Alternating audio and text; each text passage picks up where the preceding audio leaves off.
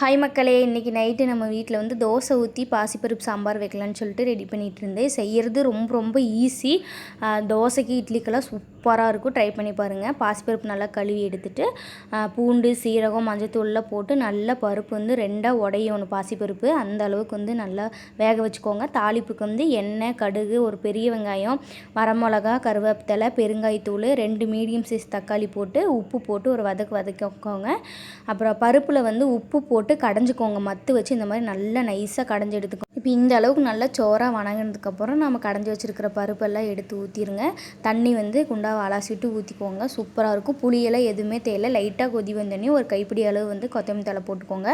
நல்லா தளன்னு கொதிச்சதுக்கப்புறம் அடுப்பு ஆஃப் பண்ணி தோசை, இட்லிக்கு வச்சு சாப்பிட்டு பாருங்கள். சூப்பராக இருக்கும். நம்ம வீடியோ பிடிச்சிருந்தா மறக்காமல் என்னை வந்து சப்ஸ்கிரைப் பண்ணி ஃபாலோ பண்ணுங்கள். எனக்கு கொஞ்சம் சப்போர்ட் பண்ணுங்கள் மக்களே. அண்ட் இன்றைக்கி நம்ம ஊரில் வந்து ரொம்ப நல்ல மழை பெஞ்சிட்டு இருந்தது. உங்கள் ஊரில் மழையான்னு சொல்லுங்கள்.